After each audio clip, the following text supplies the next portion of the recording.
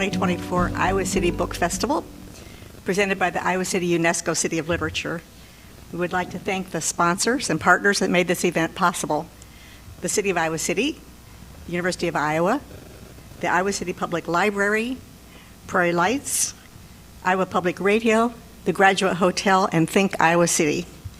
Support is provided by the National Endowment for the Arts and Iowa Arts Council, which exists within the Iowa Economic Development Authority. The vast majority of book festival events are offered without charge, but they're not free. So please consider donating to the City of Literature by visiting iowациtybookfestival.org and clicking on support.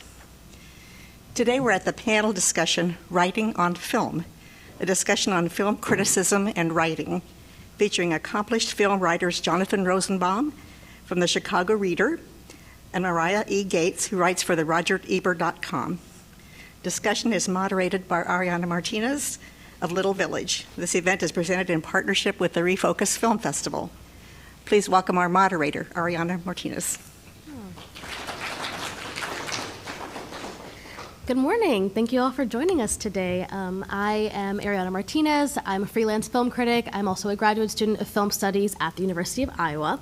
And it's my honor to introduce you to our panelists today, beginning with Jonathan Rosenbaum, a critic and author who has written for prominent sites including the Chicago Reader, Sight and Sound, Film Comment. He also has numerous books on literary, film, and music criticism. His first book, released in 1980, was Moving Places, and his most recent book, In Dreams Begin Responsibilities, was released this year in June and reflects on his 6 decades of writing.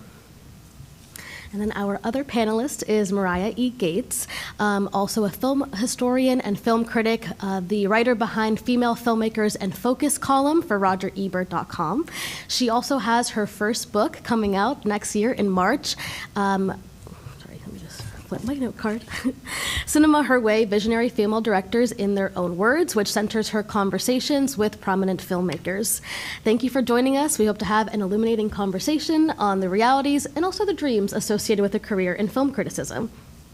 So, both of you obviously came into film criticism very differently. Jonathan with newspaper publications in the 70s, Mariah with internet publications and blogs. And many critics talk about sort of stumbling into the field of film criticism. Can you kind of walk us through how you entered this career and the push and pull of chance versus choice in your experience?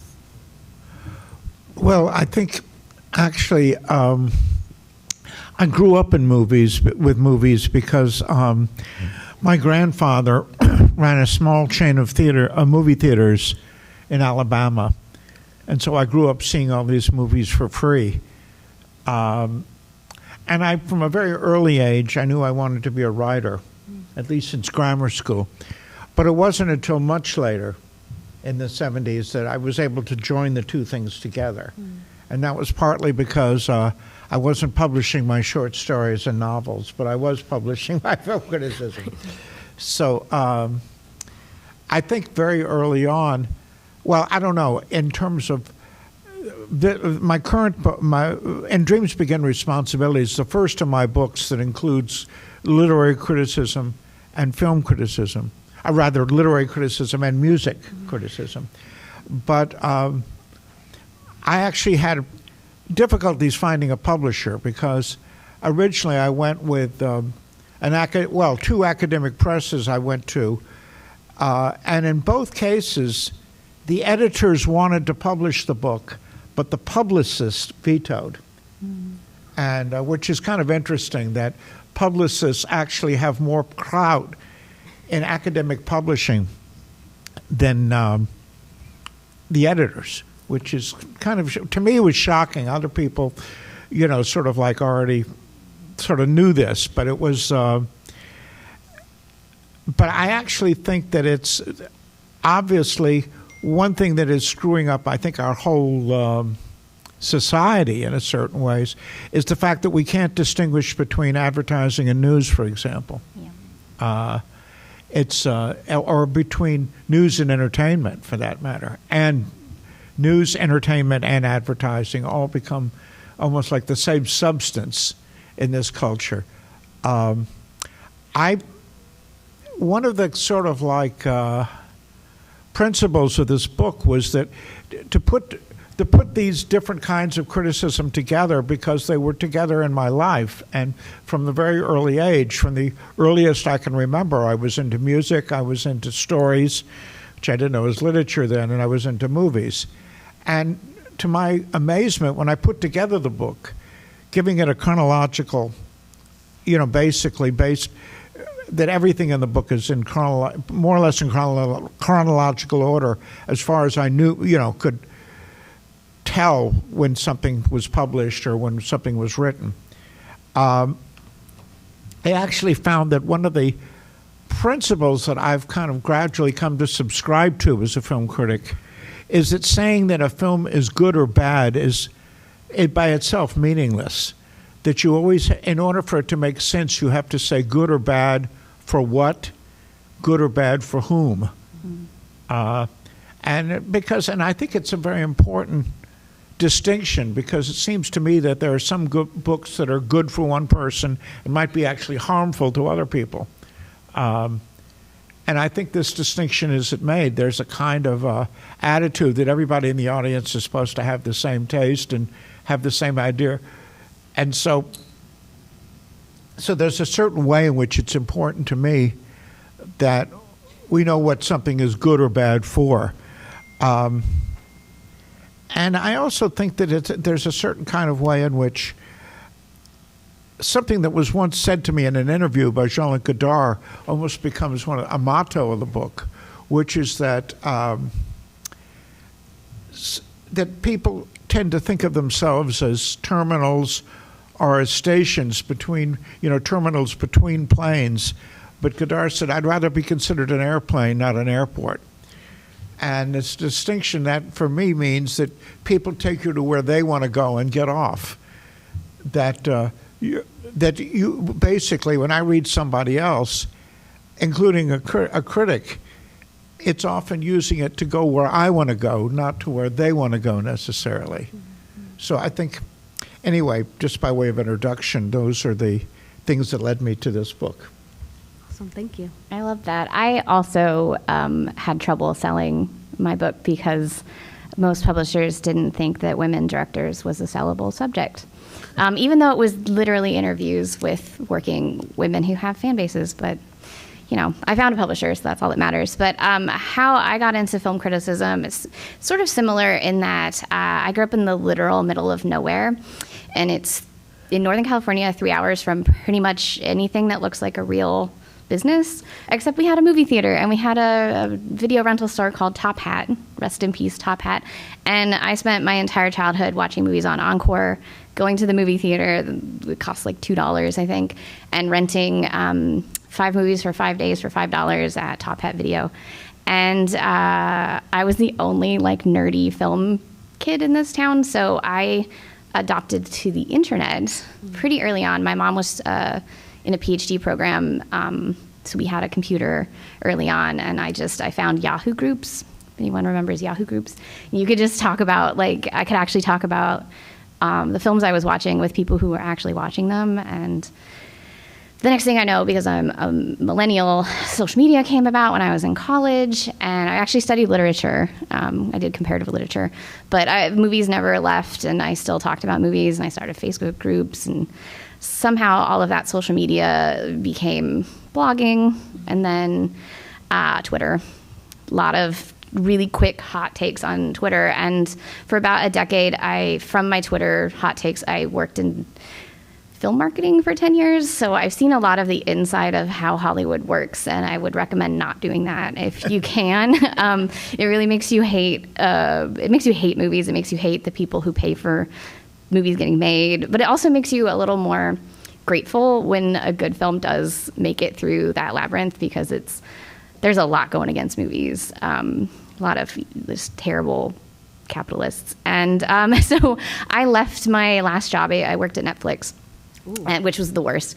And I left it at the end of 2020 and had enough money saved to just do what I actually love, which is writing and doing my interviews. I really love doing interviews. And that's how I am now a self-sustaining freelance film critic, which is very rare. Most people have multiple jobs. I do still do some social media on the back end, because it is it does pay some of the bills. But I love that I get to talk about what I love to people, and that perhaps some movie that I recommend will change someone's life. I know movies have multiple times helped me get through the worst times in my life, and so that's what I write from, to your point. I don't like the binary of good or bad. I used to work at Rotten Tomatoes, too, so that was a lot of fun.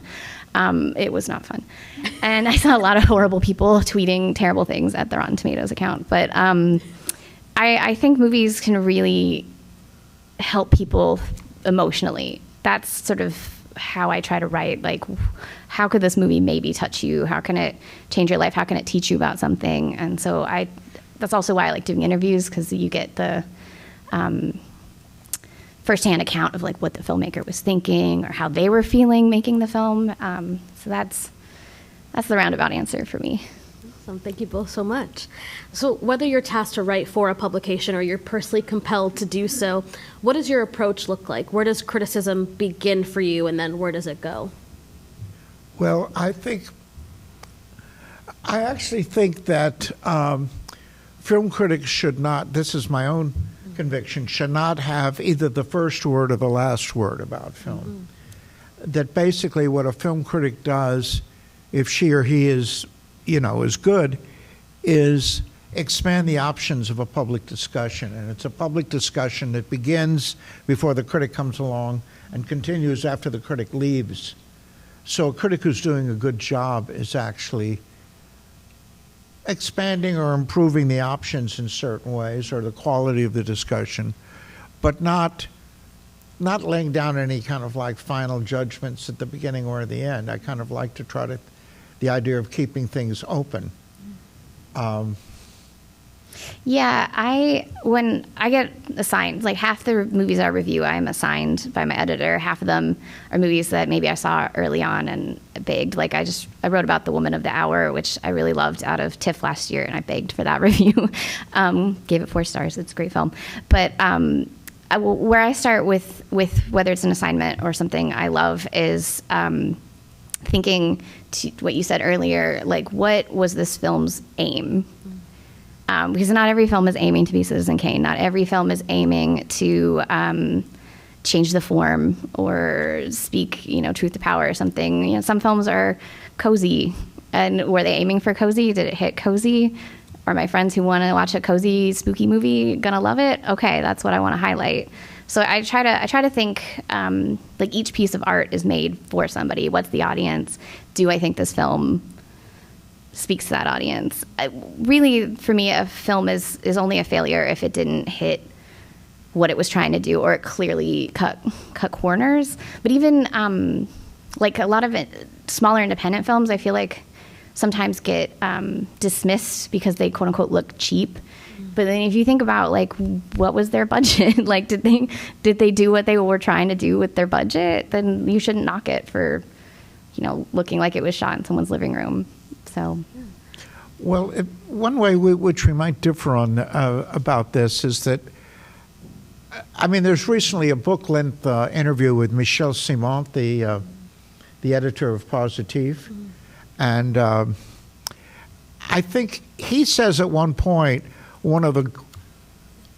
for him, the major rules about film criticism is that you should not criticize a filmmaker for doing something other than what she or he wanted to do in terms of intentions. And I think intentionality is a big problem in criticism, because I think nobody really knows. In other words, a filmmaker may say, this was my intention, but I don't think anybody really knows about what, because it seems to me effects are just as important as intentions.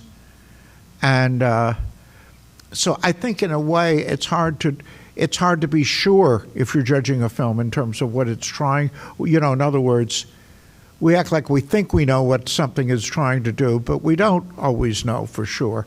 And even if we did know, that wouldn't necessarily be always the best starting point. One of the big discoveries I made about my own work is that I was kind of brought up to believe that if I didn't become the film critic for the New York Times or the New Yorker, I was a failure. But I actually, today have a much smaller audience than I had when I wrote for the Chicago Reader. But I prefer my audience now because I have a website, jonathanrosenbaum.net, that has on the average of 1,000 people a day. And in fact, my book is dedicated to the people who go to my internet, or basically the regulars. And when you're a cult writer, which I think is the category that I fit into, actually, what you get is much more focused and even passionate than what you would get if. So, in other words, I was once asked to write a piece for the op-ed page of the New York Times when Ingmar Bergman died, and the editor knew that I was not one of, that I had some more negative perspectives on Bergman than a lot of, my colleagues. But I had to rewrite the piece 3 times to satisfy, or 2 or 3 times to satisfy this editor. And I've never even wanted to reprint the piece because about Bergman, because I feel it's a piece that belongs to the New York Times. It doesn't belong to me. And I think when you write for the mainstream, you get branded by whoever you're writing for. So if I wrote a review for the New Yorker, this would be the New Yorker says, and if I wrote for the New York Times, it's like the New York Times says.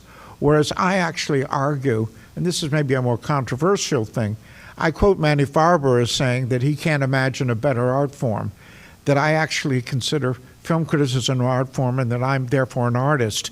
But that's because I'm a cult writer, I can say something like that. If I was writing for the mainstream, I wouldn't be allowed to get away with it. Yeah. I think that's very interesting, the idea of meeting a film on its own terms, but how do you really figure out those terms, and who are you figuring them out for? What's your audience? So thank you for that. For many critics or aspiring critics, it may be hard to understand the realities of the field, and they can't really wrap their head around what a day in that life looks like. So in helping paint that picture, what have been some of your career highlights, but also some of the challenges that you've had to overcome? The main thing is nowadays outlets do not pay right away, and the pay rate has stayed mostly stagnant. So I think the biggest challenge for most, unless you're writing for the New York Times or a staff writer, is finding an outlet. I had to drop an outlet because they didn't pay me for 6 months, and I had bills to pay, and I was like, I can't write for you anymore. Finding an outlet that will actually pay you and pay you in a reasonable amount of time is sort of the biggest struggle, I think. Yes, and I think, to me, there's a big difference between, being a staff member of a publication and, being a freelancer. I mean, I basically, early on, when I was living in Europe, I lived for 5 years in Paris until I ran out of money, and then I was hired by the British Film Institute to work on two film magazines, Sight and Sound and Monthly Film Bulletin. I was the assistant editor of Monthly Film Bulletin. So it meant that I would have to go out and see and review a lot of films that if I was just left to my own devices, I wouldn't have been interested in going to see. And the same thing was true when I first came to the Chicago Reader, particularly before I had anything like a second stringer, that I basically had to go see everything. And I had to see it to the end. I wasn't allowed to walk out. So that obviously changes a lot, because sometimes when the public feels that a critic's overpraised something, which happens fairly often, I think that's because people who are on the staff or who see a lot of movies are so grateful for the halfway decent film that they tend to overpraise it. That's true. A bit. And I think that's one of the problems with the job. Another problem, if you're writing on a regular basis, is that you basically,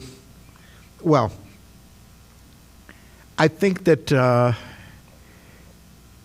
your standards change because you're seeing something, seeing things every week and all the time, and because you're staying to the end of certain things. But you also have to make whatever you're writing about seem important, even if it isn't important. So it's like the problem I had when I wrote for the Chicago Reader for 20 years is that the week something comes out, when you review it, you have to make it seem like it's important, whether it's good or bad. Then the next week you're supposed to forget all of that and make room for something else being important. So in other words, part of the job is actually forgetting. It involves forgetting, not just remembering. So it sometimes happens to me today when somebody asks what I think of a certain film or filmmaker.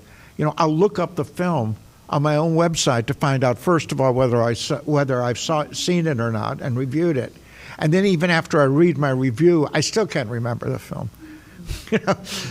Because there's so much, you're working, there's a certain kind of way what you're doing is dictated by the market. And the degree to which the film industry, controls the market is important to realize, because I think that there's a certain kind of way, and this is true even if you're writing about independent films too, that there's a certain kind of way. In fact, it becomes a little.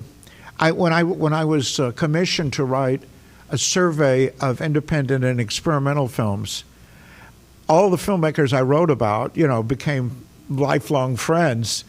And those that I didn't write about tended to dislike me because I hadn't included them in the survey. So it's like there's a certain kind of way that there's always pressures of different kinds, I think, in what one's doing. That's also a good point with social media. I focus on women who make film generally, and a lot of women are on Instagram. And so then I'm like interacting with these filmmakers when they're just posting, dog pictures or whatever. And then I'm like, am I crossing an ethical line? Should I stop following them? But I also want to support their work. So like finding that balance so you're not, I think, too friendly with filmmakers so you can have a critical distance is a lot harder when they're on social media. Can I ask you a question? Sure. It seems to me that for a long time, the whole issue of women who made films, was not something that was even discussed. Now it's something that's discussed a great deal. And I was just wondering to what extent you feel pressured by aspects of that. In other words, as a subject, if the fact that it's become, let's say, a hot topic in certain ways now, and it wasn't before, affects the way and in what ways it affects the way you write about them. I think the main thing I've noticed in the 10 plus years that this has really been my focus is there's still a lot of misinformation. There's still this idea that there are like 12 women who've made films every year when I literally write about 7 films a week. Usually half of them are new releases, sometimes more. I think this week's newsletter, I had like 5 brand new films directed by women. I think mostly what I found is sometimes disappointment in my fellow critics who will follow like a man through 5 terrible films, and they'll be like, oh, this one is slightly better. And then there'll be like a similar woman who maybe they make programmers, right? They make basic movies. Yeah. And I'll say their name and they're like, who? And I'm like, she's made 4 movies for each stream. Like there's one filmmaker who's made a film for every streamer. She's made 4 different films in the last 6 years, I think. Nobody is following her career the same way. And I think so the part of the equity issue, in my opinion, is that you are seeing breakthroughs in things like the Oscars where you get 1 or 2 women nominated. But in general coverage, most critics will still cover 90% of what they cover is directed by men, even though that's not how many. Like even just look at film festivals. Most film festivals are 50% directed by women. But if you looked at the coverage coming out of, say, TIFF, I would estimate 80% of the coverage was male-directed films. So I think it's about awareness. That's why the book I wrote, at the end, there are 366 names, or maybe 367. I was trying to do a year, and then I forgot some people and added them. But it's another 360 plus women on top of the 19 that I interviewed, just to try to get people to know the names. Yeah. Because that's the first step. And your average person, whether they're a film critic, a producer, or an average moviegoer, they can name 10 names that are women, and it's very frustrating. So I guess what I say, the long way of saying, like, it's mostly frustration, I feel, because I know so many women. I've seen so many great films. They should be breaking out the same way. Like David Gordon Green is a great filmmaker. He got to break out. Sean Baker got to break out. There's a bunch of women who make films that are just as good. and they don't get the coverage, so they're not breaking out, and it's Well, I frustrating. think the habits of of critics is a problem for all of us who write criticism, because, I mean, one thing I can say, and I hope I'm not sounding arrogant when I say this, is that at a certain point, I used to be a member of a Chicago Film Critics Organization, but at a certain point I resigned, and the reason why I resigned was I discovered that the general public had better taste than the Chicago film critics, because most Chicago film critics go only to see 2 or 3, foreign movies a year, or That's or actually not that true, many, yeah. whereas the public is much more open. And so I thought, if I was actually a member of this, because most of the critics' organizations are judged by, what they consider the best films of the year, and I would say that the Chicago Film Critics Organization had less good taste than the general public did.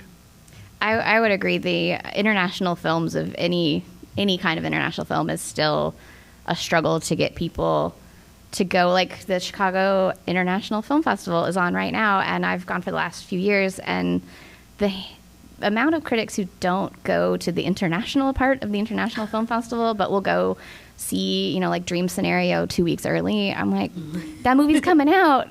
Go see the Georgian film. What are you doing? Or like the Film Center. I love the programming at the Gene Siskel Film Center, and I swear it's mostly just me and like film students getting extra credit. And I'm like, this programming is so good. So it's definitely, I don't know how to, I think some of it's economic in that it's hard to sell. Well, yeah, I think I can give you yeah. an interesting, a kind of an incident that happened to me that I was horrified by.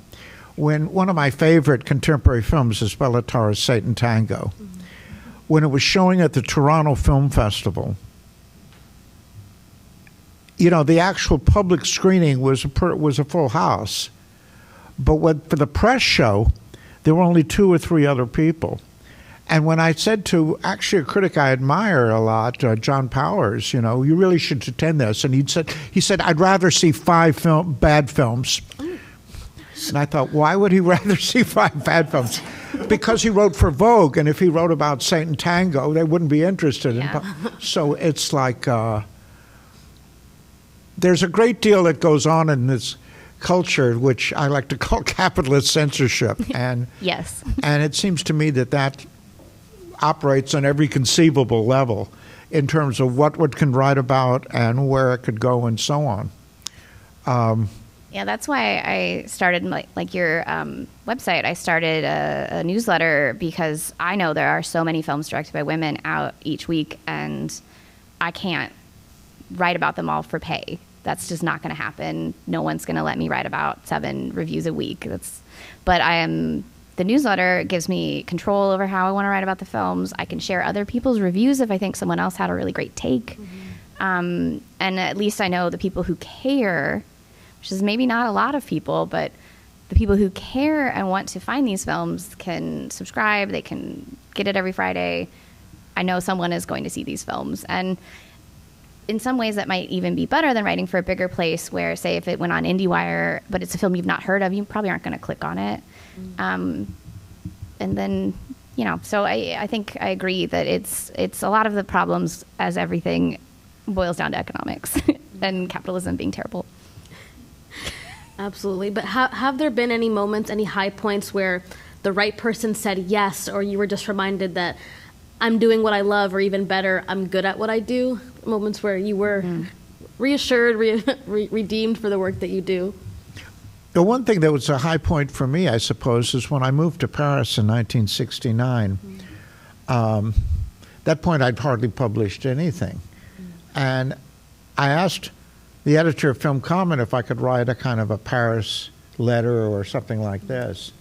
And he said, sure, we'll try or do one, and if we like it, we'll print it. And they liked what I wrote, and so I wound up writing for virtually every issue of Film Comment, something called Paris Journal. And just because I called it that, I could wind up, once I was called it Paris Journal, I could write about almost anything I saw.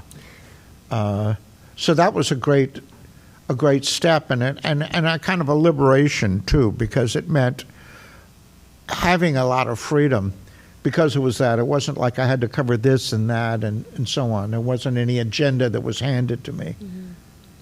And then there was another time when I actually was running out of money in Paris, where the only way I could support myself, I was offered a job reviewing films, or not so much reviewing them as writing capsule descriptions of them too, for a magazine called Oui, O-U-I, which was a joint publication of Hugh Hefner and a magazine called Louis, which is a French skin magazine, basically. And so I could write about any films, but they had something that they called a tits and ass quotient, that there had to be at least 2 films per issue that, where they could run a kind of porn stills from. So that was the only requirement I had, that I supplied, because I wrote virtually all the reviews, and I was given, it was a lot of money. I can't remember, it was 25 for a review or 50 a review, but that was back in, in the 70s, when that really meant a lot, Right. meant much more. So I think that there's a certain kind of way in which what's considered, like the expectations in a particular publication obviously is playing some role, but there are ways that you can work around it sometimes. I've had a few filmmakers at festivals tell me that they followed me on Tumblr and I inspired them to become filmmakers. So that's always fun to hear. Because I think just seeing the vast sheer number of thousands of women making films, and you think only Jane Campion has done it or something, and then suddenly you realize, actually, no, thousands of women have done it. Like it lights that little fire. And so I've had a few filmmakers tell me that was like, seeing that many women making films really pushed them to just keep trying. So that's always really rewarding, because I love to connect people to films, but I love to convince people they can make films too. So even though I have not yet I've made a short. Even with Jane Campion, I've always Right. long believed that her best films were her early shorts and Sweetie, whereas when she got picked up by the general audience was when she started becoming more politically correct. Yeah, her films are not as Peel is an insane film. I would agree with that. I think she definitely got a little safer, but which is what happens when you have more money. You now have more people telling you what to do, and that's When I interviewed, once when I not interviewed, but was having a conversation with Godard, he said he cited Jane Campion as an example of a filmmaker who was totally destroyed by money. I mean, I wouldn't go that far, but but I thought he still had a point. You guys kind of touched upon this a little bit, but obviously, interviewing and conversations with filmmakers is a big part of both of your careers. You have this book, and I recently read your interview with Ethan Hawke, and it's just such a great interview. Like, it's clear that you put so much research and effort into it, and you've interviewed or spoke to heavy hitters like Orson Welles and Jean-Luc Godard. So can you shed some light on that aspect of film criticism, the skills that you need to talk to these filmmakers, and that can maybe be a little intimidating? Well, filmmakers are very different, from one another.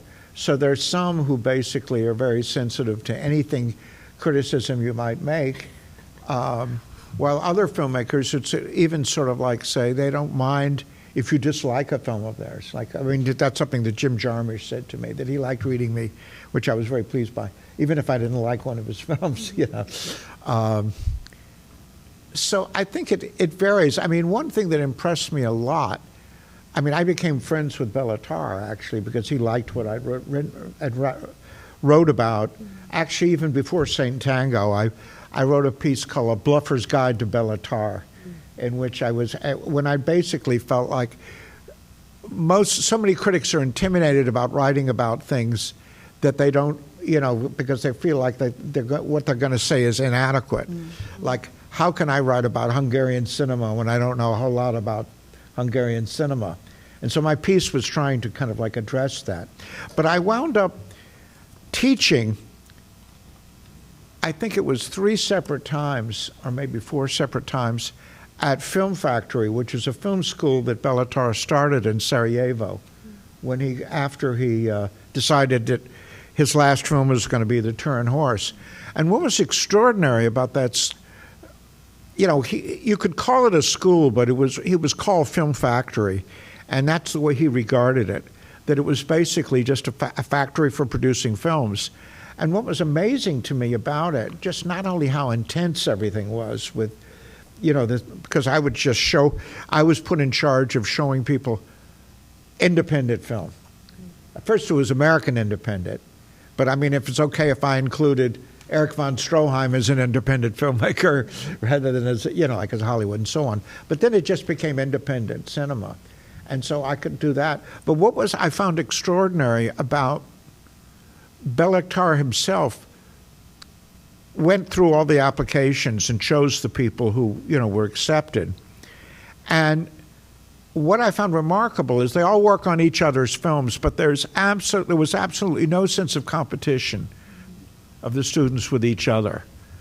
That they all helped each other, but they weren't in league against each other. And also, to give Belatar credit, the students he picked were not people who made films like him, necessarily. He was basically open to all sorts of other, even though he's has never been a cinephile, which I found kind of interesting. So it was very rewarding to to stimulate filmmakers who are just beginning to be filmmakers. And one thing that can be said for Film Factory, they had to close after about 3 or 4 years because the sponsor was basically stopped putting money, basically making contributions.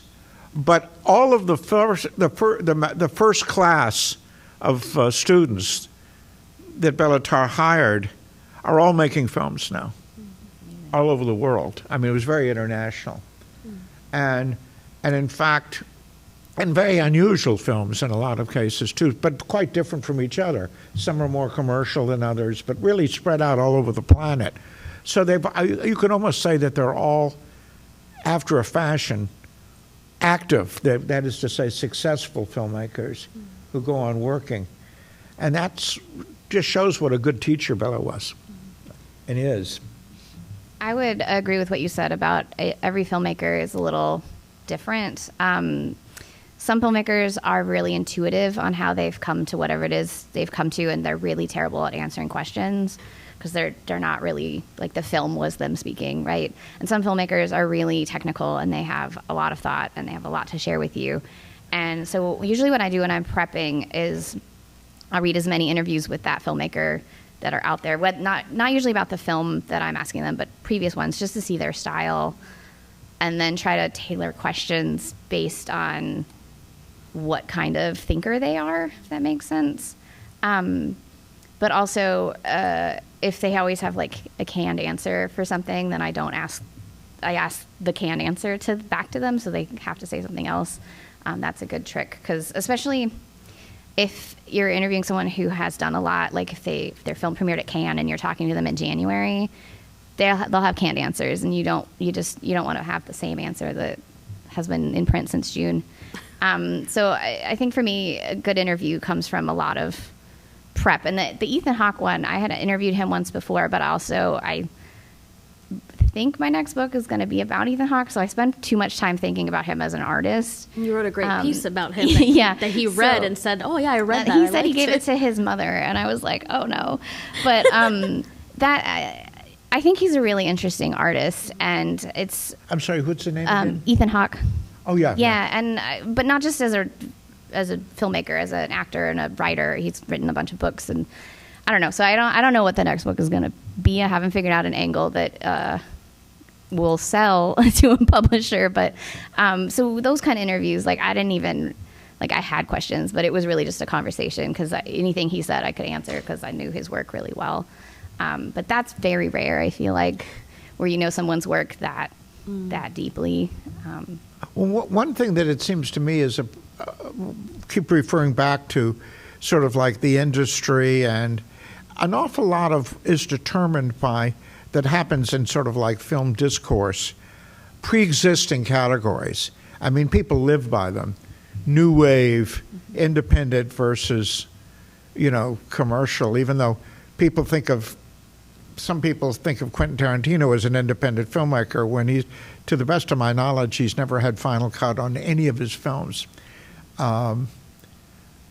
So the point is that there's an awful lot of pre-existing categories that things fall into, and sometimes filmmakers base their own careers of sort of trying to fill the categories that are created for them.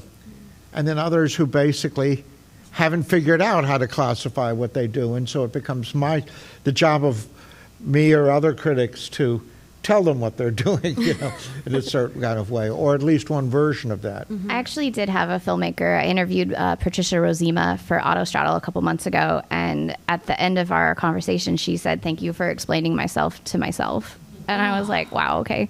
I'm glad I was a therapist, but it's really wonderful when you're able to, because a lot of filmmakers, if they're very intuitive, they don't know what they're putting it out there, and if you're able to put those pieces together, if there are pieces to put together, sometimes there's not. I think it's a really rewarding feeling. Well, I think, the whole idea of the kind of typecasting of people according to pre-existing categories is the reason why I had trouble, finding a publisher for my new book, and I think it kind of goes back to a Reaganite idea of economics, which is you take an existing market and you exhaust it. You basically sort of but you don't start a new market. And it was almost like, it seems to me that the reason why the publicists at University of California Press and Columbia University Press rejected my book is because it's like, in their minds, it would have had to create a new market. It wasn't filling the job of a pre-existing market. Yeah. And of course, that's a perfect illustration of capitalist censorship, because it means I know that Marshall McLuhan wrote in Understanding Media, his introduction, that he had trouble finding a publisher because he said that publishers would say to him, for a book to succeed, it has to be only 10% new and 90% familiar. And the trouble with your book is it's more like 50 or 60% new or whatever, But the point is that means that we don't know how to market it. Definitely. Thank you for that insight into interviews. They're sort of their own beast of film criticism. You have all these reviews are one thing, academia is one thing. Also, something that you've talked about in your work is the idea of the social act of watching movies. That, you said that where and when you watch a movie has an inextricable relation to what that movie means to you. Yes. For people who maybe only think of film criticism as purely academic and objective, what can you say about what it means to put yourself into your work and into the movies that you watch? I don't think there is such a thing as objectivity. It's just a question of, one reason why I use first person a lot, a lot of people have criticized me for it, but it's to basically try to show the audience where my ideas are coming from. And I don't think, the only way one can believe in it's like when I worked for the Monthly Film Bulletin in London at the British Film Institute. The philosophy of the Monthly Film Bulletin is that, it's a state-run publication before it got absorbed into Sight and Sound. But the basic idea was you do the complete credits of a film, and that's objective, and then you do a synopsis of the plot, and that's objective, and then you give a review, which is subjective. And that's total nonsense. Even what the credits of a film are, anybody who delves into film critics, Hollywood, knows that the credits that they put on the screen are not often the accurate credits. That the person who actually did most of the work that sometimes doesn't get any credit at all. That's one thing. And a synopsis, of course, how can it be objective? There are so many different ways you can synopsize the same film.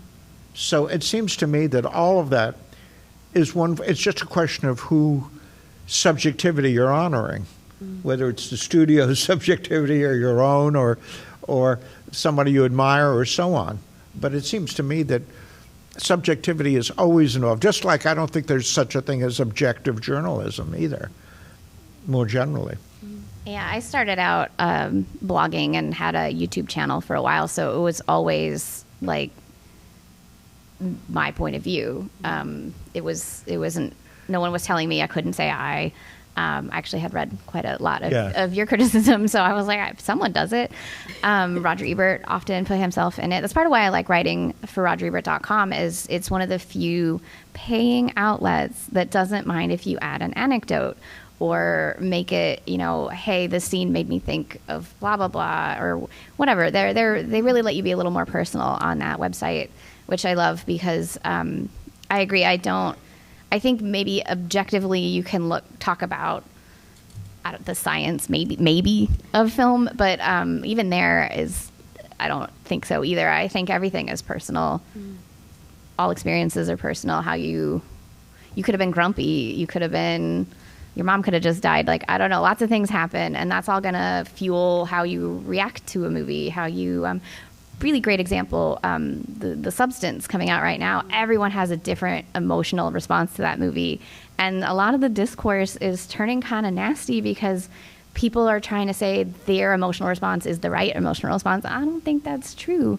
I think everyone is going to come to it differently. And if that movie's making people feel that different about it, then it's doing something. I understand. Well, actually, one way I got involved in this whole issue was that my very first book, which was written at a time when I was seeing myself more as a fiction writer and or thinking of that as the sort of the career I wanted, is that my first book, called Moving Places: A Life at the Movies, was really a book about all the things that criticism leaves out of personal responses. How, I don't know, when I saw Rear Window, where Grace Kelly plays a Powers model. My mother, when she was young, had been a Powers model. So I was seeing this as a movie about my mother when I was 11 years old. It was like, and I think that one does that. One automatically does that, even without thinking about it.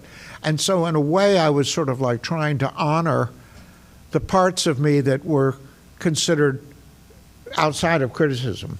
So it was an anti-critical book in a lot of ways. But then I thought, well, because I wanted to write this book as a literary work, that it would be, in the front of bookstores, but bad luck. It was considered a film book, so it was put in the back of the stores in the film section.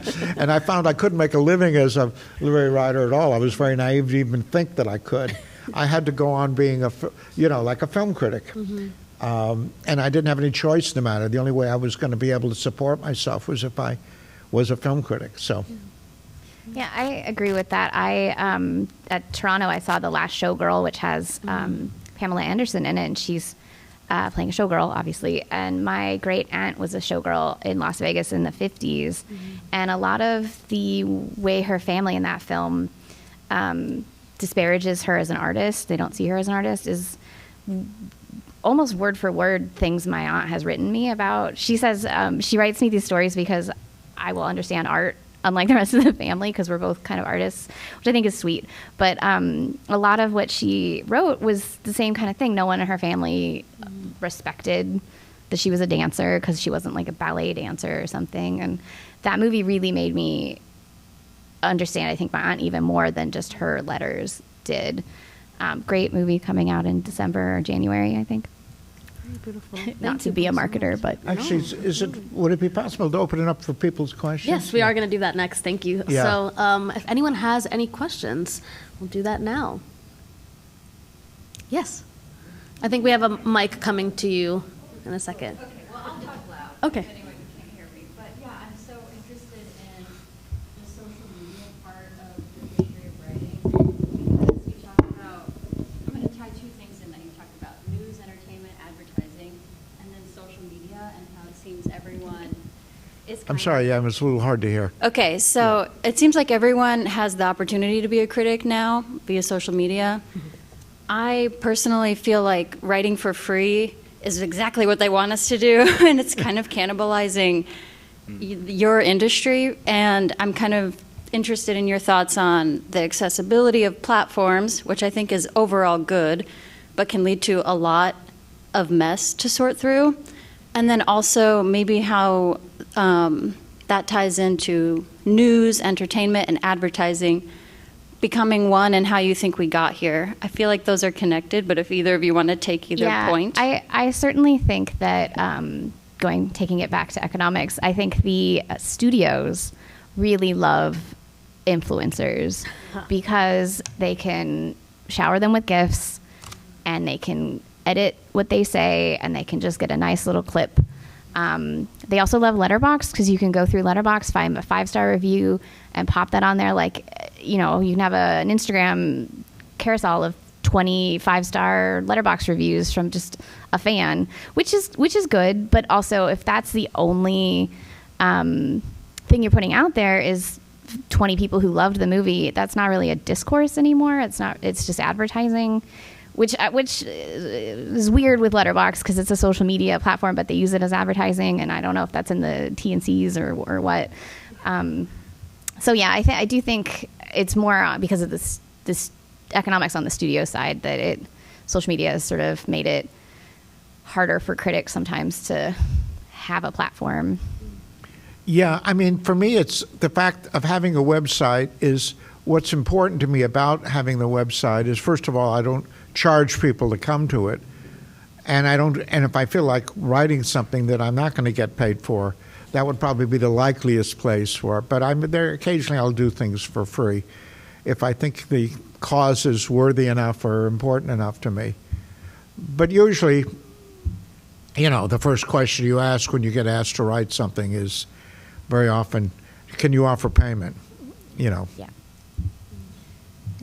Any other questions over here? There's somebody here. Yeah.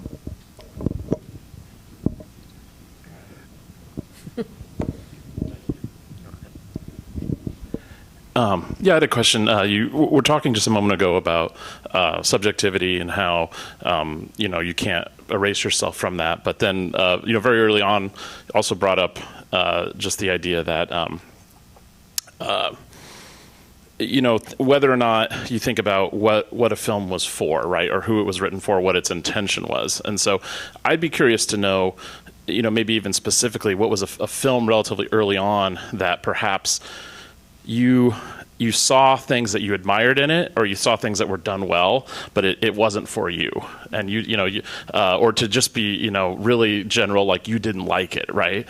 And so how did you deal with that? Because that feels almost like you have to kind of try to step into that objective realm there. So I'd just love to hear if there's maybe a specific film that you wrestled with some of those kind of competing. Well, I think that's a kind of creative choice is what makes criticism an art form.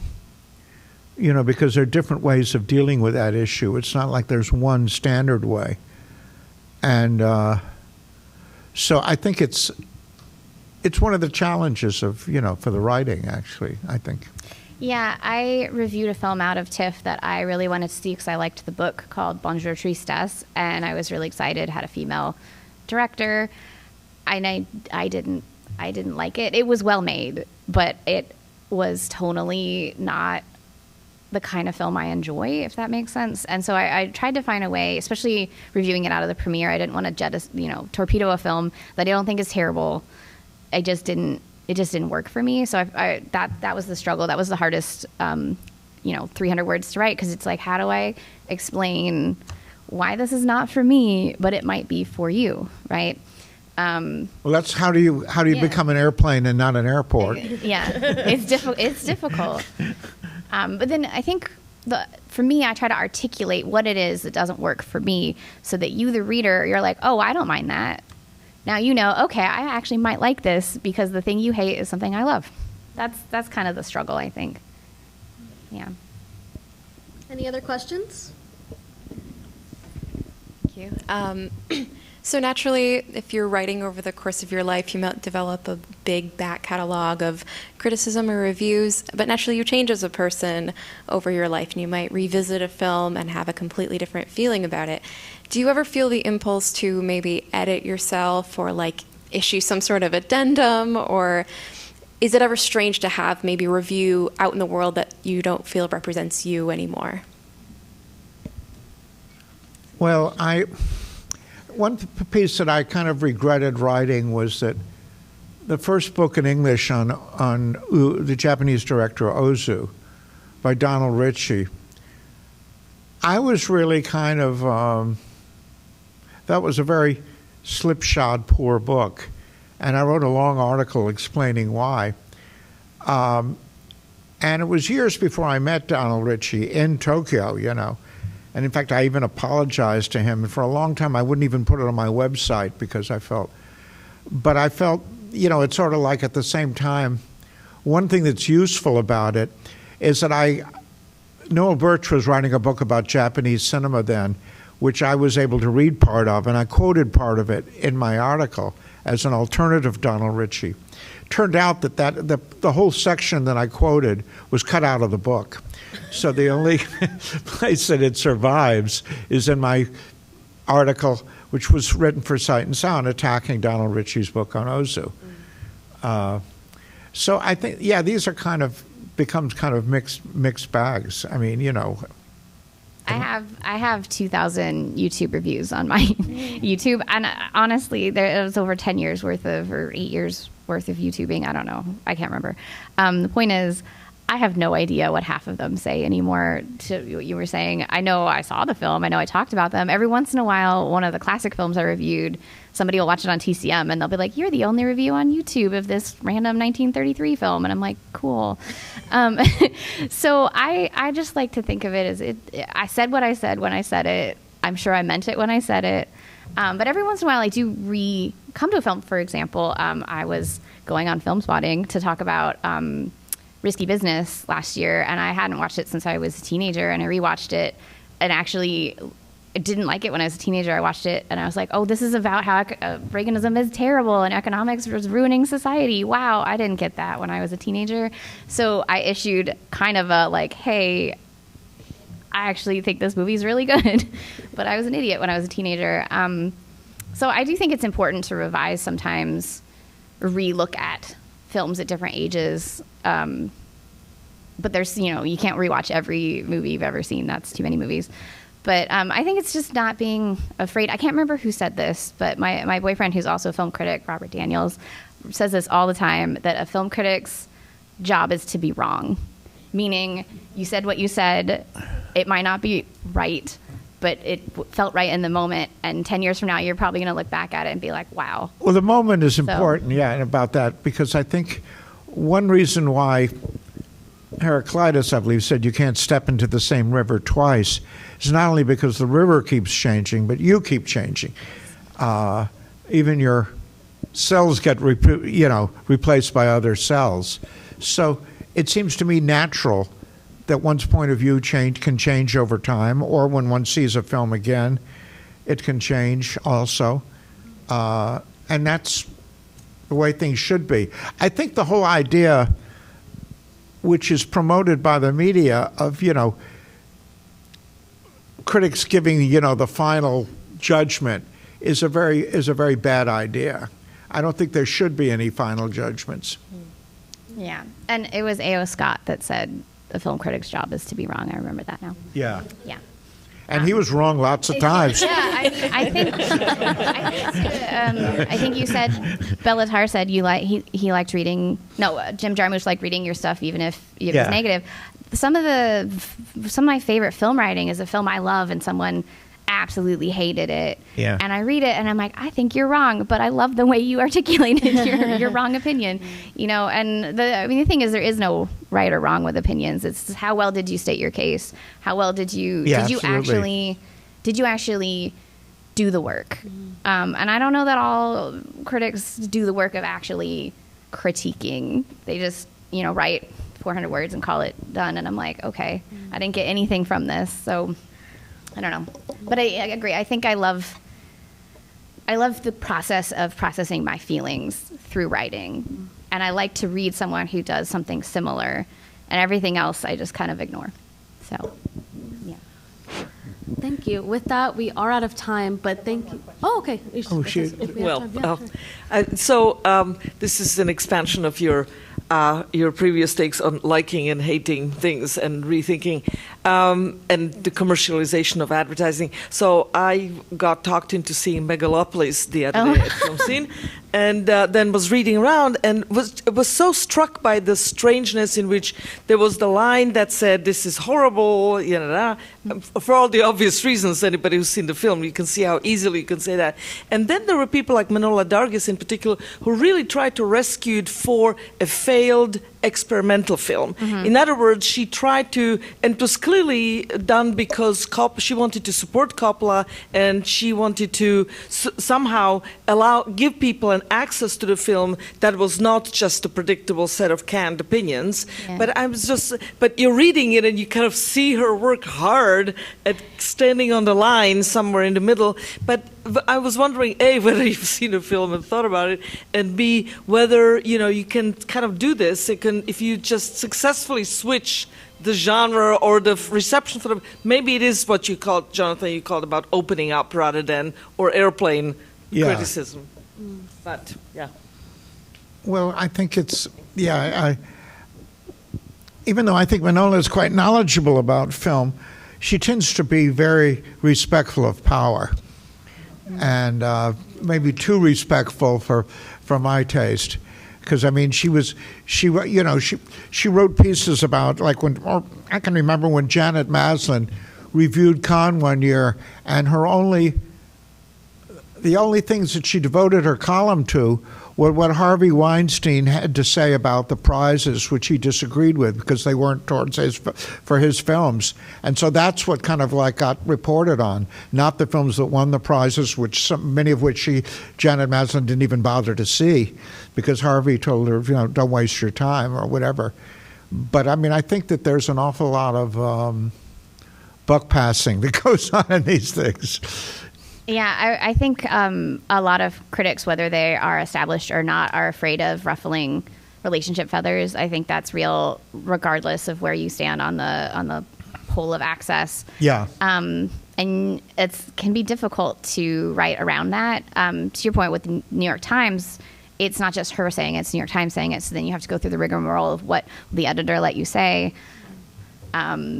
I've never been censored, thankfully, I don't think. But I did see Megalopolis. I did enjoy it, but I love messy films. So I felt like he made a film about how he felt about his wife. And there's 3 films out right now about older auteurs writing films about being with the same woman for 50 years and how they express that. And they're all different. Cronenberg did one. Paul Schrader, and I as a love letter to his wife, I'm like, damn, I wish we lived in Coppola's like vision for the future. Is it a great film? I don't know. I know that he put his whole heart into it, and I enjoyed it. Could I recommend it to your average person walking down the street? Probably not. I must say, when I was assigned to review it, well, the one thing I resented was that, and this is something Kubrick often did too, is that they only allow critics, a day from the time that they see it to the time they turn in their copy. And sometimes films, some of the best, greatest films I've ever seen were things that meant nothing to me when I saw them, but then a week later it would like hit me with a crash, and it's too late because you already had to turn in your review. And that's when you start entering into the thumbs up versus thumbs down, territory, which is, built it with all the built-in limitations of that either or idea. Yeah, that's the other thing people don't really know about is the quick turnaround sometimes is just detrimental, I think, to even getting to know what you felt about a film. I think the best things I've written are films I saw like a year ago, and then I rewatched it, and then I got to really, because I'd been thinking about it for a year, Yeah. Absolutely. Thank you so much for joining us today, and one final thank you to our panelists for their lovely answers and conversation. If you want to give a final round of applause for them, I will join. Thank you. Anybody who might want to buy,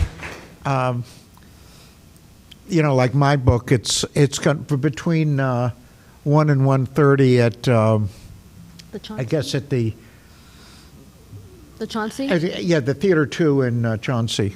A book signing. Yeah. If you'll be able to sign the copies, and they sell his book there as well. There it is, yes. And keep an eye out for Mariah's book. Oh, yeah, it's available for pre-order on like Amazon Bookshop, wherever you order your books. Cinema Her Way. So comes out in March. Yeah, thank you. Thank you.